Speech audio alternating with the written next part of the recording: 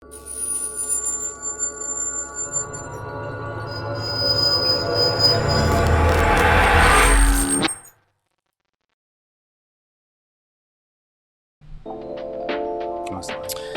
live. Oh, I'm sorry, guys. I don't have your name bars up.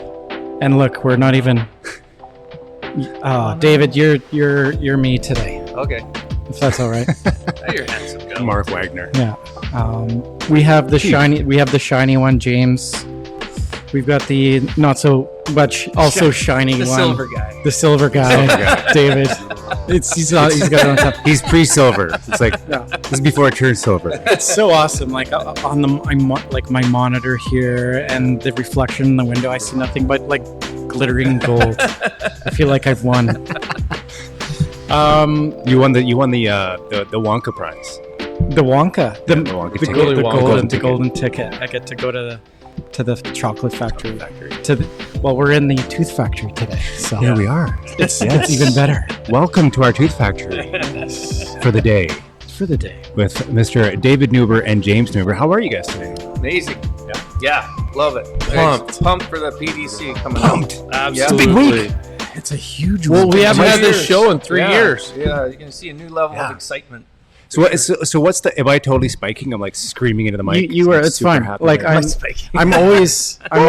I'm always on the verge of almost figuring out this setup. It's an ongoing project of mine, but So it's a big week. it's a huge week. PDC is happening in what? 3 days? What is it? Monday? You know, it's crazy. I remember we were talking to a couple of our colleagues and saying, you know, is this project going to be ready? And this was at Christmas time. Oh yeah. And the project is not ready. Here's you guys want to see my impression of watching a Monday go by? Yeah, What just happened? Was that Monday or was that a week? What happened? both, all of the above. So I'm supposed to make everybody fight today. Oh, Yes. Well, it does bump up our views if we start fighting. So I think it's a good idea. the folks love drama. Yeah. Yeah. Kind of like the UFC. That's right. Yeah. There won't be any fisticuffs, but let's get This into. is the last guest I had on that tried to pick a fight with us. That's right. That's what Well, happened. he didn't pay his bills or whatnot. That's just saying. Yeah, they used his skull. We're going to get into the discussion of chairside milling. Ooh. This is a really interesting topic to talk with a laboratory versus somebody in a clinical setting. The point of view that you hear varies. And now we all know the folks that have purchased the chairside mill and it's collecting dust, to the clinician that's actually using the chairside mill with some success. We'll say some success because we're with friends here that this does affect. So what we want to get into today is, now, what is the best end result for the patient? Because we're all here because of the almighty patient. So Well, it's the quality of the end product. that's right. Yes. That's ultimate patient care. That's right. the goal, and that's never been a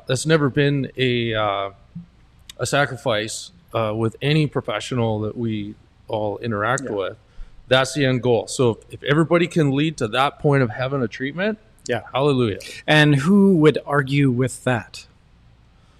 Aren't we all here for the patient? absolutely. Absolutely. Right. So, you know what I know there is some motivations of people to conquer technology, to challenge themselves. And now, Tyler, you've been in the sales game. Been in the game for a while. Been in the game for 10 years, and you do have some firsthand experience in, guiding somebody through that process and then eventually coming into that decision to have that chairside mill. Mhm. I'm going to start with you, my friend. Yeah. How does that conversation go?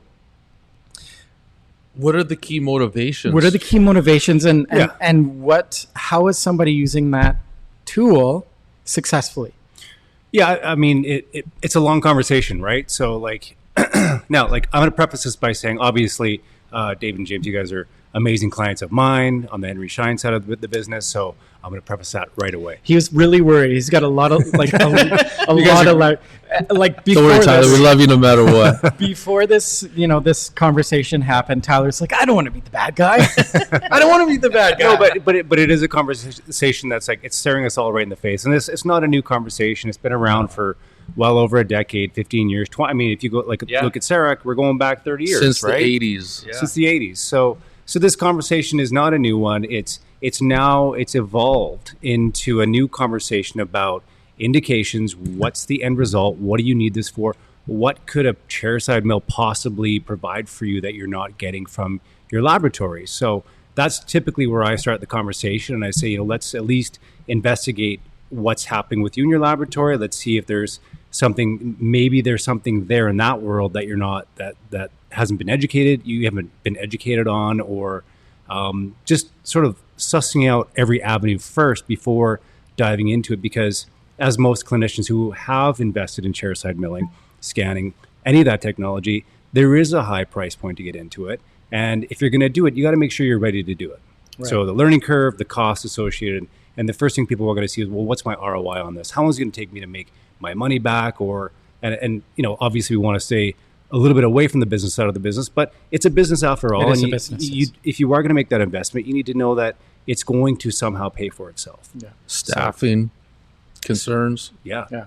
Staffing concerns. Who can run the machine? Yes. Do I have to run the machine? What happens when it breaks down? So there's a lot of sort of side conversations that need to happen there. So that's sort of where you jump into the conversation. Yeah. But then here we are in 2023, where now there's mills, now there's scanners, now there's printers, all the periphery devices are starting to expand. Yeah. And now it becomes more of a question of, what do you want the end result to be? Right. So guess who the first person I call is? I call my lab friends and say, hey, here's the end result we're trying to get with this particular clinician. What do we have? Right. That does mean some very negative things for the laboratory. Not necessarily.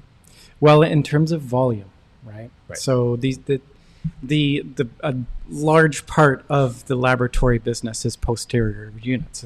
Like I've heard numbers like I would 70. say it's the easiest part of the business. Sure. However, Yeah. what I always talk about in my lectures is the digital trap. Yeah. And the digital trap is that there's an assumption that just because something is digital, that it's always going to be perfect. Right. And that's not true, because every piece of equipment, like you say, the scanner, the mill, the printer, nothing is perfect, and still requires a human brain, a qualified human brain, to finish that, to have proper clinical acceptance. David, I know you're being He's foaming at the mouth. He's ready to say something. He's foaming at the mouth. You're being very patient right now. What are your I thoughts? threw you so many good provocative things in my statements there. I'm like, Didn't cut anybody on off. something. I'm probably one of the main front people communicating with most dentists at the lab. And, I've heard all the things, and you mentioned it. It's been touched on here. First of all, the best quality thing for the patient. I mean, that's, if we're all talking about, and look where how it's evolved from amalgams to composites to who knows what's the next thing there. Okay. Some sort of ceramic. And we know, Nano-ceramic, yeah. we know that ultimately, I truly believe the best inlay you could make for a person is a gold inlay. There is no better inlay or onlay for that's conservative tooth dentistry and or durability, wear, all those things. Okay? And that material will outlive the tooth. Yes. The tooth will die before the restoration. There's a huge material conversation involved with all this. I mean, that's just the one aspect that I think we're going to look in. I'll put it in perspective, what we're dealing with chairside mill or lab fabricated. If all these things are done properly with a trained technician, you can achieve those same superior results, whether it's a chairside mill or a lab mill. But what we see, that is not the case for the majority of the time. It's an untrained CDA that is being retrained into a technician's role. And we know the challenges in keeping staff in an office, period. I've never heard a bigger changeover of staff changeover ever in the last 2 years for dentists. And that's whether it's privately owned or a DSO owned or whatever. No matter what, okay? Staff turnover is huge. And what I think we want to make sure that we really highlight today is that, there are professionals, dentists, that are extremely skilled and have a technician touch. But our argument is, why are you doing something that is a low value job widget to make when you could spend so much more time being productive in surgery?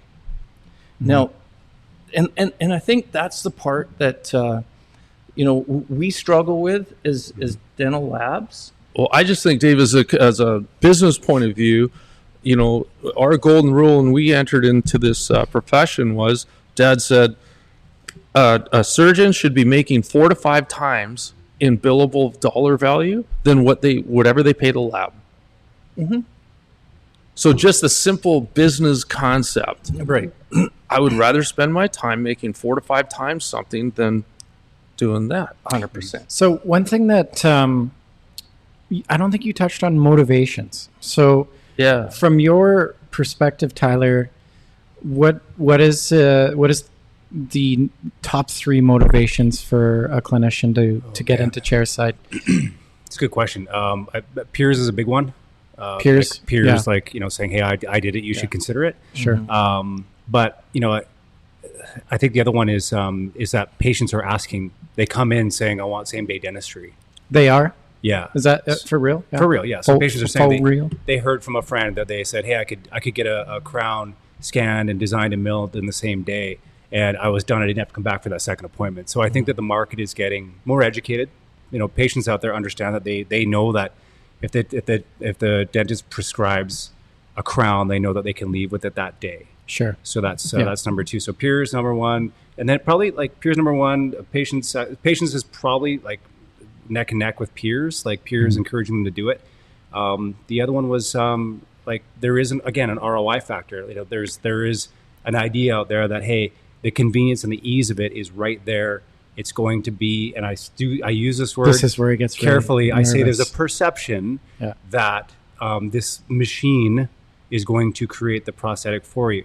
Now, I've been in this game long enough to know the pitfalls and challenges that come along with chairside scanning and milling. It is not an easy thing to pick up. No, that's what James touches on. And going back to Digital trap. That's right. To what David says about, it's really the operator, right? And I think that the market is extremely challenged when it comes to putting a piece of equipment like a chairside scanner mill in the office, because you're experiencing higher turnover in 2023 than you were in 2015. Yeah. Is that person going to stick around? They're really trying. They're the whole market, and this is North America wide. Everybody's struggling with getting people to work for them. Yeah. So you're running a risk that, and not only that, but even if you do have qualified staff that have been with you for a long time, there's another hurdle is to get that staff that's been doing dentistry one way for a certain amount of time, getting them to now take on that technology. It's intimidating. It's a challenging task to take on. This is something that you and I take on with Dentists on Demand, and just getting their front end workflows ticking and booing, right? Being a successful business and making sure folks are coming back. It seems like in the clinic their hands are full. Well, their hands are full, and I have to remain agnostic, right? Sure. And again, we have to go back to the, when the dentist says to the patient, what do you want the end result to be? I have to say to the dentist or to my lab partners to say, what do we want the end result to be? You guys call me up and say, I want a printer. I'm like, well, what do you want a printer? What do we want? What do you want to do with it? What do I want to do with a printer? Right. And there are some clinics that are kicking butt with the CEREC machine or chairside milling. They are for certain indications. Exactly. Right. But so there's a ton of guys out there that have guys and girls that have CERECs out there that pumping out tons of crowns. Guess what? More of their work is going to the lab than they're getting out of that machine. Right. So again, I think that the two worlds kind of exist at the same time. Yeah. That's where add a little controversy, Trevor. I don't see Trevor. that. Tyler. You added a controversy. I'm sorry, Tyler. I hear that, and there's a very small percentage of dentists that we've seen that have acquired those, and there's just as much work going to laboratories, because what I see happening is their focus, because they've seen this massive investment they'd have had to make for this System. chairside milling system. And in the back of their minds, they're thinking, I got to make this. I got to make I that got to payment. make this pay. Yeah. Right. Okay. And that's where, I think, getting back to the original thing that you were just saying, what are the big buying motives that doctors are looking for with that? I think for sure it was the same day appeal, 100%. That was the emotional buy-in. That was the emotional buy-in, that it's easy to sell or say to a patient, they need a restoration. We can do it I got time. We can do it right now. Okay. And what we're so excited to launch and really announce at PDC is we have the same option without having to make that massive capital investment. We've created a cyber crown. And a cyber crown basically is anyone who has a digital scanner, anyone, whether it's Prime Scan, Trios, Itero, doesn't matter which one it is. If you are in the lower mainland, we can have a crown same day to you. That's a zirconia crown without an investment at all, without staffing issues. That's number one on the list. So that's what we're here to make sure that everyone is aware of and see the advantages, because if we look at managing quality and end product, we know for sure as a lab we can deliver the highest strength all ceramic posterior crown zirconia. Okay, Emax can be done too, but it just we'll call it the clencher zone, the first and second molars. There's just, you want to err to the greater strength. And we already know that, I just got the latest statistics from Dentsply, that the highest flexural strength of anything chairside mill is 1,000 megapascals. Okay, highest that they got. Ours, we know to be true, is 1,200. Now, is that a huge thing? No, but it's significant.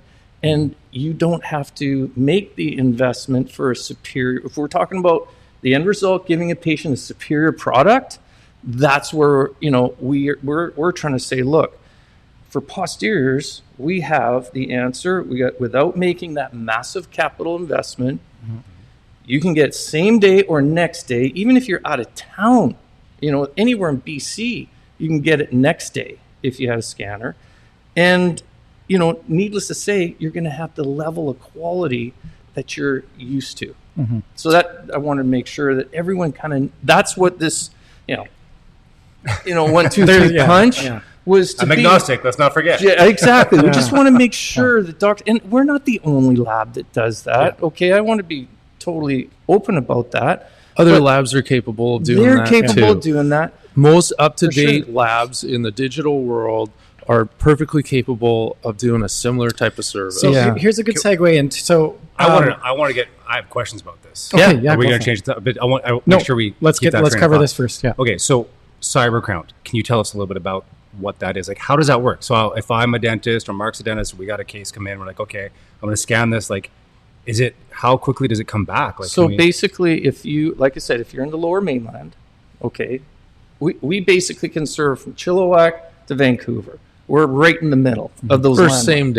same day. Okay, so if we get a scan before 10 o'clock, give or take, okay, we can have delivered to the office that afternoon a finished crown for cementation. That's a game changer. I think that's pretty amazing. That's totally amazing. And that's what I think we're trying to get that word out there, because dentists are making decisions, like massive buying decisions, without actually knowing how fast labs are growing their service too. Yeah. To trust me, we're rolling up our sleeves. Yeah. We want to make sure that if someone's going to make that decision to do a chairside mill, that they 100% know that they're doing something like that, spending that kind of investment, time and money and or staff power, when we can give them the same result with a ceramist that is finishing that, and we're shooting that to their office. Yeah, that's awesome.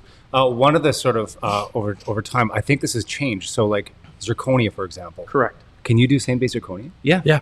See, that's incredible because I know they got the speed There's- fire now, right, which goes a lot faster. Sure. Yeah. So And that's the thing where I wanted to comment on that for a lab that wants to be in the digital game of, say, competing with a same day service of a system in the office, the technology is there for a lab to feasibly invest in that and offer that same service. So for us, same day, I was teasing with you, is passe for us. Like it really is not the biggest selling feature for a chairside mill any longer. And that's what, like, I just wanted to make sure, if that is one of the biggest attributes, you know, when we first, in the 80s, we had doctors come to us and say, yeah, I had to get a CEREC mill. I'm out of town. I have patients that come in, they're here for one day. We got to have a system that can put a tooth, Especially doctors in the north. yeah, exactly. Yeah, Throughout fair the enough. BC area, their hands are tied. They got to treat their patients. We get that, okay? Right. We're not thinking that, naive and thinking that, you know, that can't be done, and it's the best service at the level for where the patient's at, okay? But, you know, for those that are in the greater Vancouver area, or even BC, we have a few clients throughout the Okanagan that are getting next day restorations from us. yeah. Like, Well, I that's think- incredible. I just think it's wild. Like, we want things the same day, and it's going to be in our mouth for Like 30 Amazon. years. Here's the thing, though. Yeah. right? Yeah. So, Yeah. so the other thing that we haven't really mentioned yet is that, like, you guys have invested a lot in resources in this facility. You've got machines in every room. Oh, You've yeah, got it's- printers. You've got mills. You've got you name it. And the So- people. So not only that, but it's like this clinician's making a one-time investment in a machine. Now, again, I'm agnostic. I'm not picking one side or the 100%. other. I'm That's saying where- Yeah. this machine might not be super. It might be obsolete in a few years. But what the end user, the patient, the dentist can rely on is that you guys, and we just proved this. Up until about 2 or 3 years ago, zirconia was a next day service no matter what because it was an 8-hour sintering cycle for the longest time. I got right? the perfect answer for your comment. Okay. Okay. The technology of sintering zirconia with, say, these speed fire systems, it's kind of like cooking a turkey in a microwave. Right. Okay. So the strong, if you want to maximize the strength out of any zirconia, it has to have a longer cycle. There are shorter cycles, but it does have a compromise on strength of the material. Right. The question is it clinically relevant or Right. not? like the 1,000 megapascal or the 1,200 megapascal. Exactly. So It's, it's not. It all depends on the clinical situation. Right. Okay. But my overarching comment Yes. with what I was saying there was that your clients can rest assured that you guys are investing in the latest technology Oh, yeah. and you are changing ahead of the curve. We're trying. And I- we're always That's trying. what we've always done. At the end of the day, and we were discussing this before we started, is, you know, there might be some fantastic clinicians out there that Absolutely. they've mastered it, and that's fantastic. I think at the end of the day, a tool is a tool, right? You got to think where the skill is, the people are, and if you have that team in your clinic that can facilitate that, then You know, Mark, But further to that, Mark, the big thing, and this is a big point that Dave and I really want to drive home to the dental community, and that is, you know what? There's nothing wrong with anybody that's qualified to invest in systems, but you know what? We're all held to a standard as dental technicians to deliver certain restorations at a certain quality level that matches our qualifications. And the controversy out there is that is not happening sometimes sure. in clinic. yeah. Right. And our big thing is, you know what? Everybody has the entrepreneurial right to invest in systems. Yeah. But we really feel that qualified RDTs should be finishing those restorations if they're going into a patient's mouth with the ultimate standard of care that everybody's striving for. And that was the original model that the whole, the with the College of Dental Surgeons, the original model was why it was a trade in the first place. RDTs were created just for that reason. Well, here's an interesting thought too, as public education. Like, I don't know how many folks I talk to where I tell them that, hey, I'm heading into ocean ceramics today. We're working on what is a dental laboratory? Like don't even know. They're not 100%. So my question is if the patient was aware that there was these choices, would that influence their decision on which dentist they go see? Our association, College of Dental Technicians, major fail on that level for making awareness to the public. 100%. Really? We've basically relied on the government to enforce that. Well, you know how far that's going to go. So right? do you think that should change then? Do you think there should be more education of the public? There's been talk about that. It's definitely been talked about. For sure, because patients at the end of the day, I hear this day in, day out, that they literally trust their dentist, their physician. Like, hey, the denturists are doing the denturists are doing it. Yeah, they've got advertisements on Global right now. They've got some public awareness things happening. That's fantastic. But we haven't. You've never seen that for an RDT. Would that be something that the collective? We've RDTs had those discussions at the board level. Yeah, and that would probably be like more, yearly premium type situation where people are pooling in. I think it's a great idea. One of my goals with serving on the Dental Technician Association board has been building brand awareness for RDTs in the marketplace, so that not only for new people coming into the profession, but also more to the importance of having those qualifications to dentists and, of course, to the public to complete the circle. Well, maybe that might be a case of, making them aware of these products and services within the laboratory. Yeah. And with that being said, we have a special guest that... Are we all still friends, guys? We're friends. We're still friends. We love you, Tyler. Cheers to that. Yeah. Cheers to that. we all got to get along in this. So joining us is Ed Mclaren, and we have to apologize. He's in mountain time, so we dragged him out of his schedule. He's waited an extra hour for Thanks, us. Ed. So thanks for joining us. So thanks for being on our show. No worries. No worries. We're having a broadcast studio there. Yeah, it's the Ocean Ceramics Laboratory Education Center. Wow. Yeah.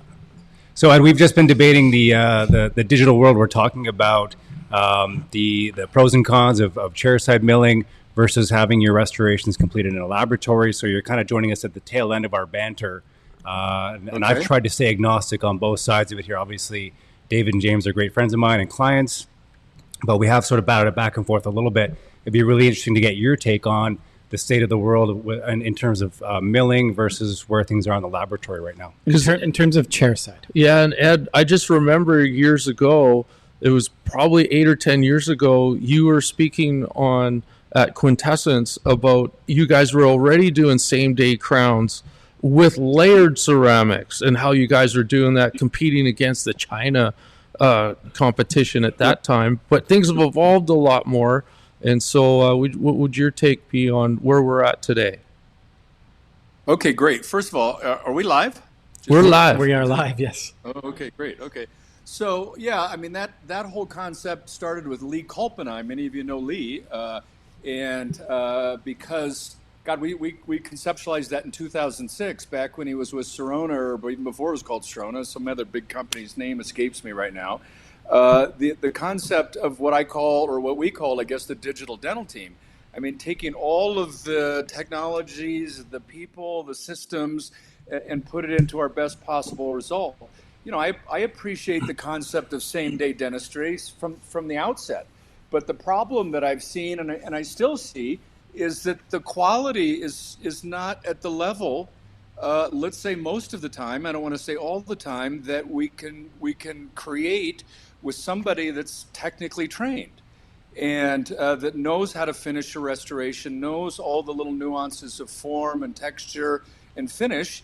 I get also it depends on really what the end user wants. Do they want just an out of the box, off the rack suit or something, or do they want something that has a little bit of customization and fits to their person and their personality? So that was the original concept, because what I saw and actually still see today, this is back in 2006, that most of the people that bought CEREC machines, I get it, love the technology and love the concept of same-day dentistry, but it actually became a pretty expensive coat rack for a lot of people. No, seriously, and I still see that today. Okay, that how the system's marketed, the concept of the marketing of the system, I get it, but the reality is what comes out of the machine isn't finished. I mean, it's way better than it was in 2006. I would grant you that, but it still needs, 10 or 20% finishing, what I like to call the human touch or the final touch, however we want to language that. And in fact, just to piggyback this discussion, that is a main topic, or one of my 2 lectures coming up this weekend at the Pacific Dental Conference. I call it the digital dental team, and where it's evolved to today. And the interesting point is that if you really pull dentists, I know a lot of dentists that have it and really like it, but they aren't doing 6 or 8 anterior teeth because they realize that they want to prep and cement. Most dentists really just want to prep and cement. They want to play dentist. And what they want is same-day dentistry or quick turnaround as possible. And I appreciate that. But, with the digital technologies today, the ability to scan, the ability to treatment plan, the better materials we have today, the many material options we have today, that somebody works with a very digitally aware lab that has all the tools and technologies, that is still possible same-day dentistry. Not in 1 hour, but you can't do 6 front teeth in 1 hour on a CEREC. Where a dentist can then prep, upload to a lab, the lab can machine them, and even print a model with two different technologies. Most labs today that are in this space, have all the technologies. They got printers, they've got scanners, they've got multiple machines in their office, so they have the ability to print a model, machine the restorations, turn it over to what I like to call an enamelizer or a ceramic finisher, somebody that really understands how to do that final touch, the final shaping, whether it's just contour and a little color on the surface or contour and polish to give that added touch. And so I conceptualized that whole idea, believe it or not, with Sirona back in 2006, and they were very excited about the concept until they thought they were going to stop selling chairside machines. And my belief is that dentists, yes, we want scanners, we want to be able to digitally capture information, but beyond that, we want to turn it over to the experts that know how to design, know how to machine, know the nuances of working with it, but also could put the final touch on, our ceramic colleagues. And I can talk from this perspective because there's an interesting thing is what we've all said about, let's say, criticism. You're allowed to criticize your own kind. And my own kind, I'm a dentist, I'm a prosthodontist, I'm a master ceramist, I also have digital technology. So I can talk from all of those perspectives. And when I put my dentist hat on, I want to do dentistry. I mean, as much as I love playing with machines and playing with ceramics and playing with the stuff, the minute I start blending those into the same time frame, I become fairly unproductive. So I've had to learn myself to compartmentalize well the dentist part of me, the ceramist part of me, the digital lab part of me, to be able to get this result. And so another interesting thing about digital that's come to, I guess, fruition the last few years, I teach a lot for dentists and labs, and I have to tell you, most of my laboratory colleagues now tell me, as excited as they are, they all love the stuff, but they do not like to hire anybody in their digital ecosystem that hasn't had analog experience. Meaning, they might get these young people that play with computers and are experts and all this stuff, but they can't see it in a 3D space. The foundational piece, yeah. I was in Enrico Steger's lab, and he's one of the top guys in the space. Zircon's on. Everybody's heard that name. And one day a week, he has his trainers, and he has his salespeople. He has anybody that's involved in this process, other than I suppose business people, spend a day a week waxing, which was amazing to me. And in real size. Exactly. So they can connect, because ultimately we still have a real product that we have to put in a patient's mouth. And it has to blend in form, function, fit, and aesthetics. And as wonderful as the machines have helped us streamline that process, it's not a finished thing. And so what I see with CEREC, honestly, or any of these chairside systems, is something that I would call, let's say, a very good temporary. But I haven't seen too terribly many things that I've just fallen in love with on any level, whether it's perfect fit or whether it's perfect biology and perfect aesthetics, perfect occlusion. It requires somebody that knows how to do that. And so few dentists, they think they want to do it. As you know, I ran 2 programs at UCLA, one for technicians and one for dentists. And all of the dentists, let's say, not all of them, but let's say 90% of the dentists when they came through wanted to sit in on the technician programs, thought they wanted to be a ceramist, thought they wanted to do all this stuff. And it was an exciting concept at first, but the minute they sat down and thought, hey, wow, this is like Malcolm Caldwell in The Outlier. You actually need 5,000 hours to learn how to do this. This isn't something you learn in 5 minutes, just like being a good dentist. And so, yes, I love the concept of the technology, but I really am very concerned that it's considered a full mouth technology, or it's considered you can do all the smile. Yeah, we can do the smile design. We can do all that stuff, but it's just not finished. And that bothers me. Does it ever catch up, the technology? Well, define a little bit more catch up. Yeah, every day the technology is getting better and better. So catch up to the skill level of say a laboratory. When that happens, dentists, you better start worrying, because a robot will replace you. When it's that good, fair. We won't need the dentist to do it. That's a great answer. Seriously. I like that. Great answer. Yeah. So, you need to partner with somebody like Ocean Ceramics, somebody that has the technology. And yeah, great. I mean, you do it. Somebody breaks a tooth, you do an onlay or something like that for something like that. Great. Or maybe design your temporary for implant or help you with surgery. I think it's wonderful for that. Okay. I just finished a case Sunday, by the way. I have very strange hours. Cemented 10 restorations on the cousin of a dentist that's a Spear disciple, a CEREC. CERECdoctors.com, and great, had nothing wonderful but wonderful stuff to say, okay? But she has a CEREC, and I asked her how much to use it. So, well, I got it, and I wanted to do smile design, and I found that I didn't know how to shape teeth. Gee, go figure, okay? and it's like, okay, so I said, what do you really use it for today? Exactly what I just said. Okay, I'm designing a temporary, or I'm designing an abutment or something like that, but I'm still going back to my lab to get that A+ aesthetics, the A+ finished result. Hey, Ed, I got a question for you when you're ready. Sure. Okay. Have you noticed with people you've spoken to how long it takes before it becomes a coat rack? Is there usually somebody buys a system over a 4 or 5 year term? Are they hanging it up after a year or 2 or 3? What have you seen? What's the transition to the coat rack? I am sure I'll get myself in trouble, but the nice thing about getting older and being over 60 now, I don't care. Great. And, there's Henry Ford. I love one of his famous comments. He said, I don't care what they're saying about me as long as they keep talking. I need to. But the other thing is, sometimes the truth hurts, right? Sometimes you got to slap the truth in people's face to be honest, without being. So I would say, probably 25-30% of the dentists fully take advantage of the technology, and about 70% don't. Okay, and I would probably say a third of them end up being very expensive office furniture. Okay, and not, is that CEREC's fault? No, not necessarily. No. Okay, but it's really the dentist's fault for not really paying attention to what they are capable of doing and what they're capable of implementing. And we're all guilty of that. I mean, we all have expensive toys around it that we haven't fully used. For sure. So I was going to add something, but I came in and it went right out the other side. And I'm sure it'll come to me. The 60-year-old thing.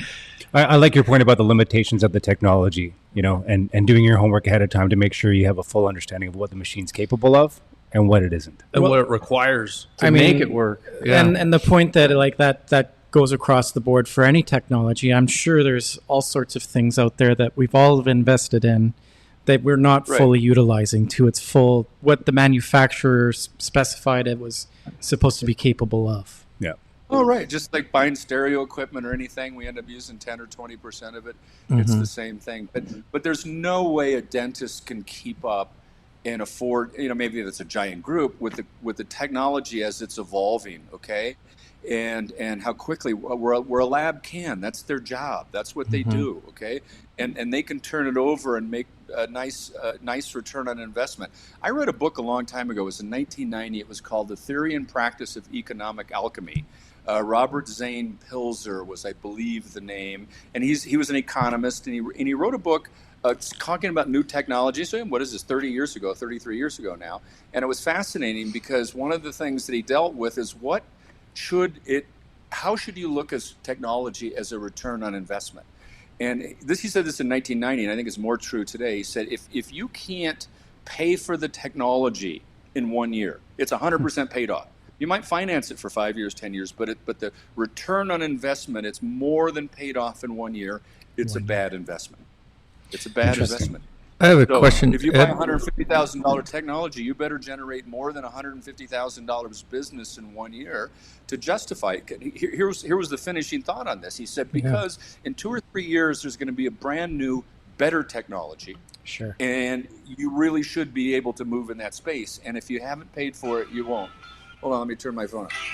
I love the ringtone. Hey, Sandy, can I call you back? I'm actually online doing an interview. Okay? All right, bye. Yeah. Sorry about that. Is that Sandy? Okay. Yeah, that was Sandy.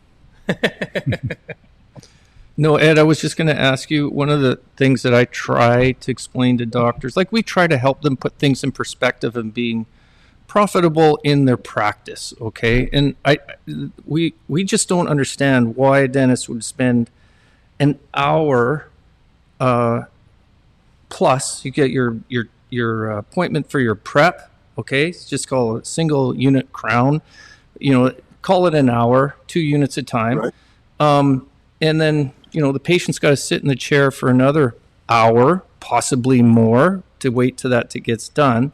And I realize the dentist probably goes back and, does another procedure somewhere else.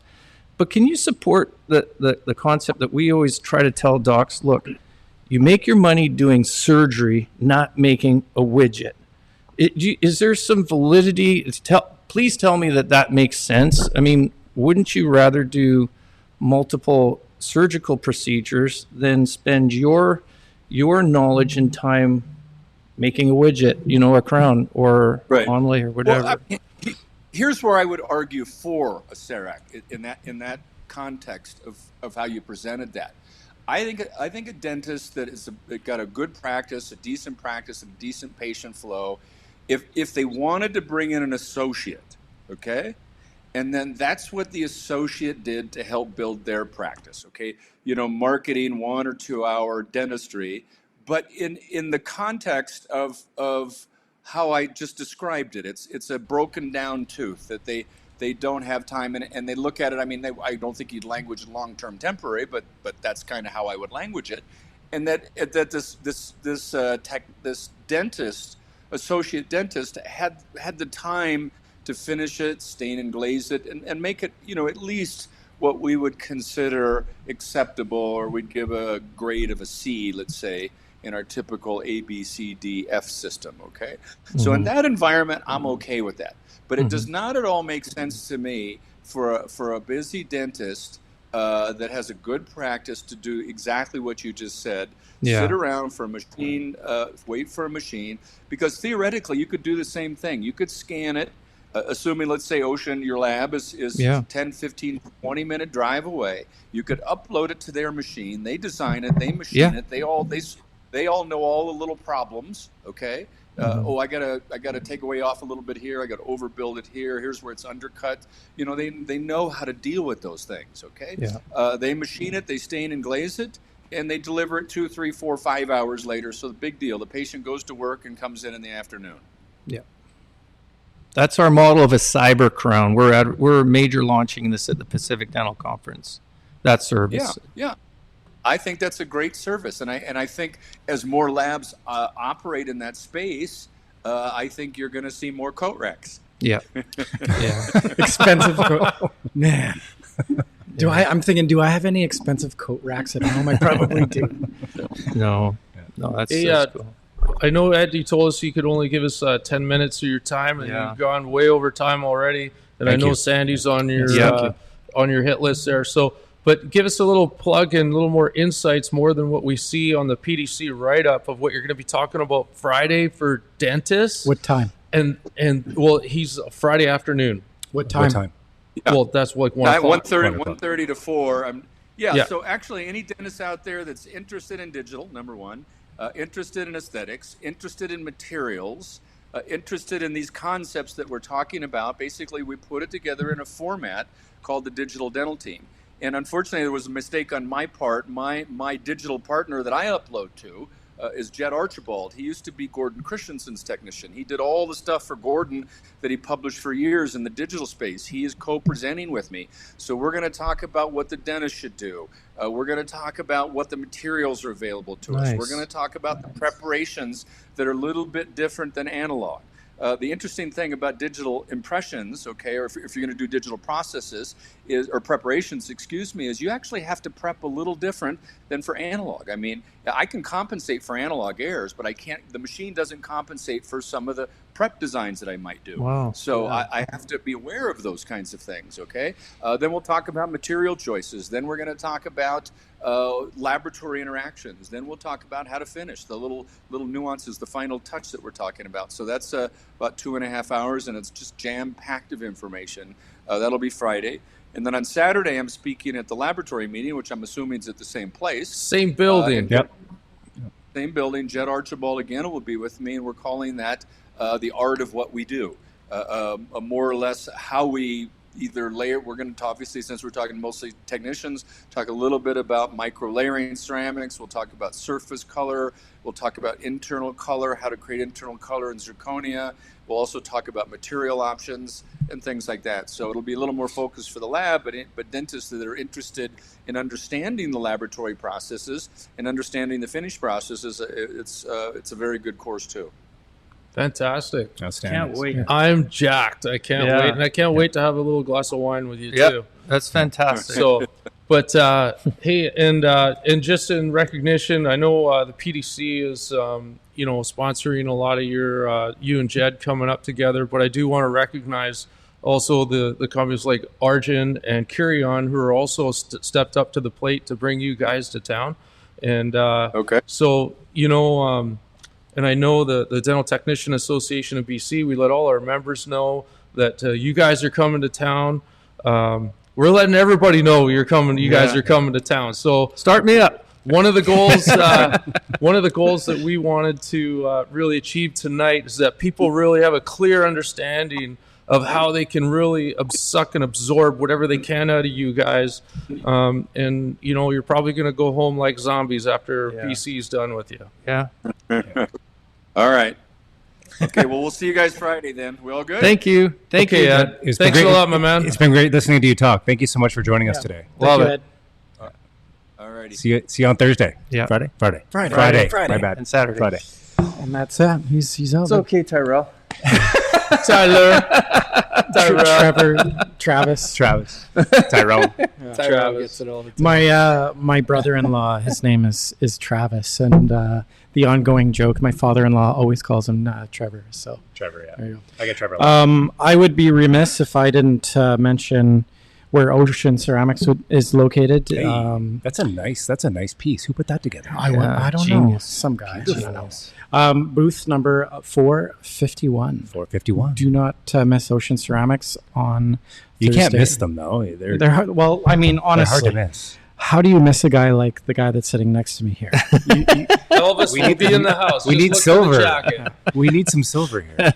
And also, your son will kill me if I don't mention. Yes. He won't. He's nice. He's nice.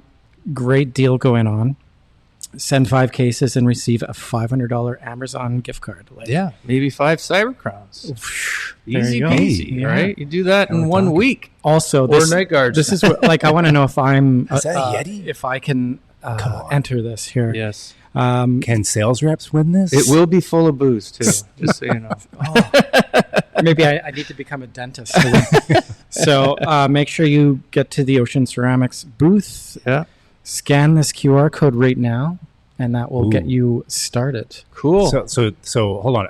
If somebody's at home watching this, they can scan the QR They code can right scan now. that baby right now. And where does that take them to, Mark? That's going to take them right to here, where they can You can get the Yeti. sign up for Yeah. the promo. And we Awesome. will be drawing that on the Friday afternoon, that Yeti.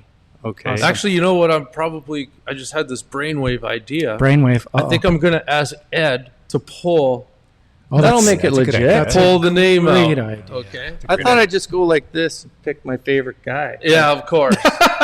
Are there any other booths you want to spotlight on your? Well, I don't know. Is there anybody else that we know that's there? Well, Somebody else might have a booth No, there. we own the whole floor. Henry. No. Well, yeah, Henry Shine, of course, but If you might see, if you want to come say hello to a couple dingleberries, we're going to be at Well, booth yeah, Dentist 1931. on Demand. You guys have a booth, Yeah. and the don't Sun you? Demand is going This to have our, its first our, booth our, at the our PDC. very first. You can come talk to us about Ocean Ceramics too. Yeah, what's your door price there? We don't. We're going to send them to you guys. Send them to They're you gonna be guys for mooching the off prize. You guys want a good prize? I'll send them over to Richard We Nixon. know They're going to have the good friend of best Arjun. bowl of mints in the whole exhibit. Hey, you know right? What you can't beat a bowl of mints. Hey, hold Bowl on. of mints. So we got we did get a question during the show. Do you We guys want me did. to read it? What? Yes. Do you know Sure. Devin Someone's Fraser? watching this? Do you know Devin Fraser? Devin Fraser. Devin Fraser? Yeah. Yeah. Do you want me to, I can ask his question if you want. Yeah, I'm hosting Devon on Saturday. Devon. Devon. Is it Devon or Devon? Well, everyone I know calls him Devon. It's I think he Trevor. calls himself Devon. It's Trevor. It's spelt Devon. Devon, can you put in the comments? Is it Devon or Devon? I think it's Devon. I know Devon. It's Devon. What's the question? that was the question, man. Wonder if James's jacket would fit me. Hey, is that going to be in You the? can try it on. Is that going to be in the Yeti? Maybe. Right? Maybe that'll be a surprise. Will the jacket be There's in the very Yeti? few people I let wear my jacket, but Devon will definitely Devon. he qualifies. There you go. Okay. There you go. Devin's a great guy. A good friend. David, I'm going to pass it to you. You got Guest lecturer. any Trainer. words of wisdom? Anything to close this off? After hearing all of this information, any final at thoughts? the end of the day, what we see as a lab, we know that there's a lot of dental offices that are just making it by right now. True. I get that feedback a lot. Yeah.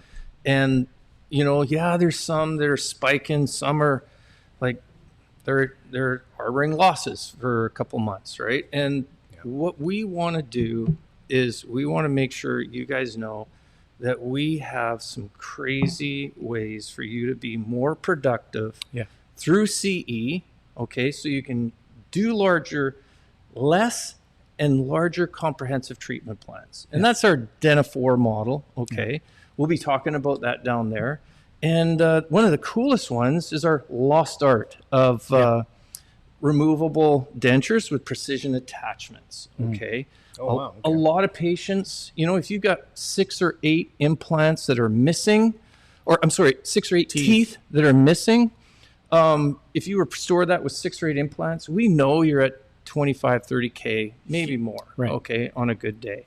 So a lot of patients, we know that's the best standard of care, okay? Don't misunderstand me, but you have to meet a patient where they're at, and we have a solution to do that with precision attachments, no clasps, okay, on a partial, and clinician fee, lab fee, all in for $5,000, restoring those 6 to 8 teeth, okay? Yeah, wow. Now, that's a deal breaker for a lot of people from either going to getting, the perceived partial that is like, it's not nice, okay? You got these big metal clasps everywhere, and which we're also going to be having coming up very shortly, a Zoom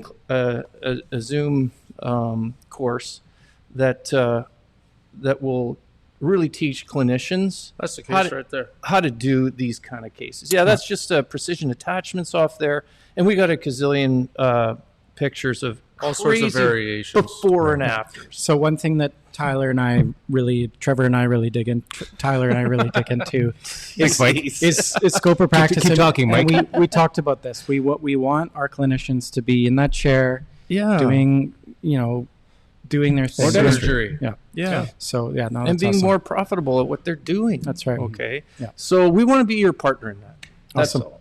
And so do we. for if there are denturists or technicians out there that don't have a really consistent removable partial denture service. A lot of them don't know that we actually have that and provide that for techs and or denturists also. So we've come a long ways. Like we've evolved to a full service lab. Yeah, we're now doing cases for other labs and offering support. Yeah, absolutely. And I mean, look at this place. It's gorgeous. You have the capacity for it, and it's where you have to go, right? You Yeah. guys have the brain trust here. You have the education. You have so many great resources here to go where you're going, like what you just said.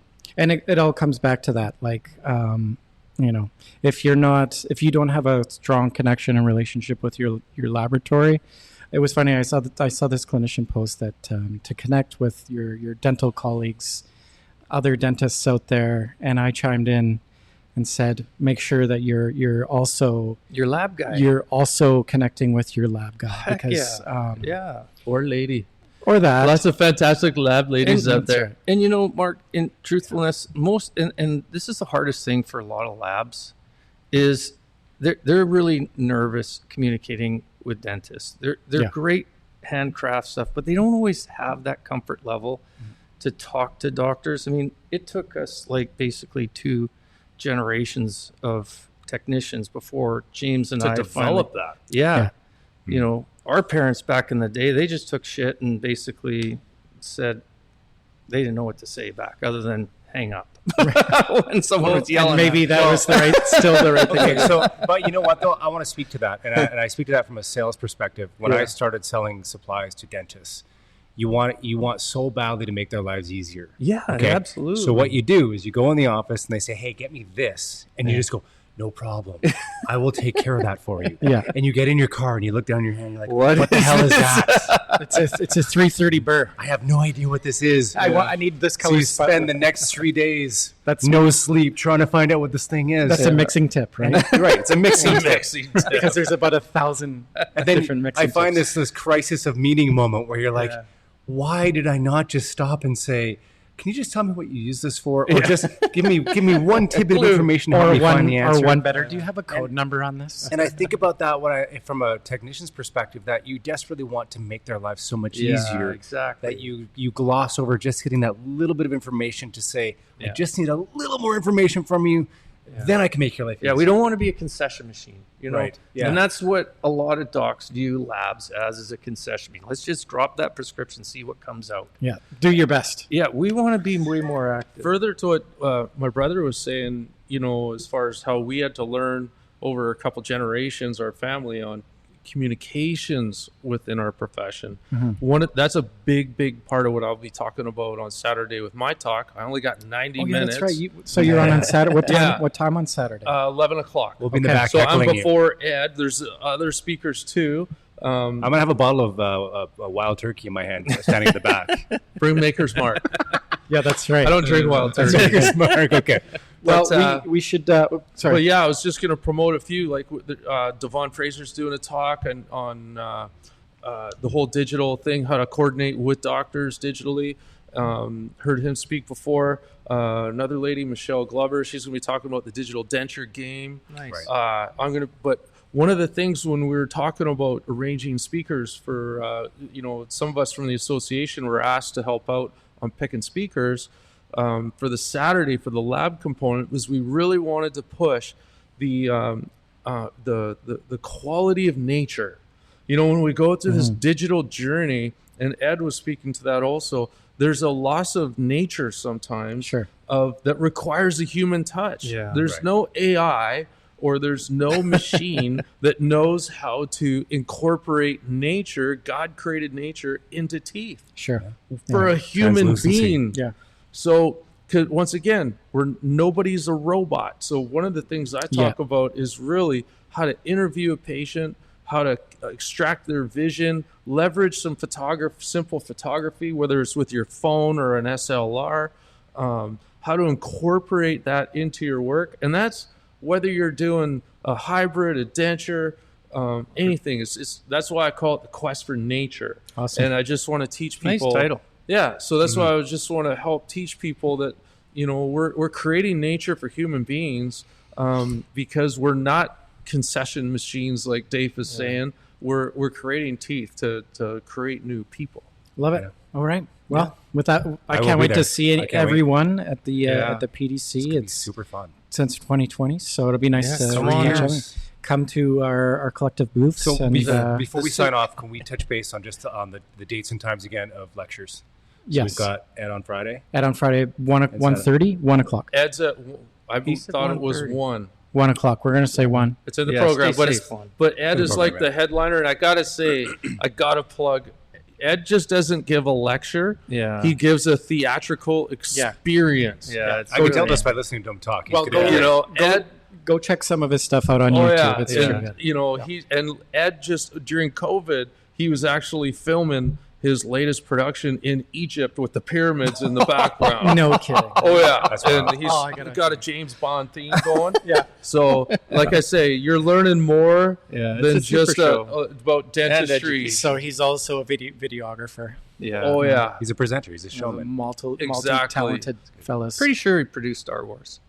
yeah. Well, he had it. I saw that's the Ceramic Wars. ceramic wars. But And also, so then on Saturday, there's several lab lectures like Devon, Michelle Glover, myself, my other buddy Will Varda, as we're talking about 3-shape tips and tricks.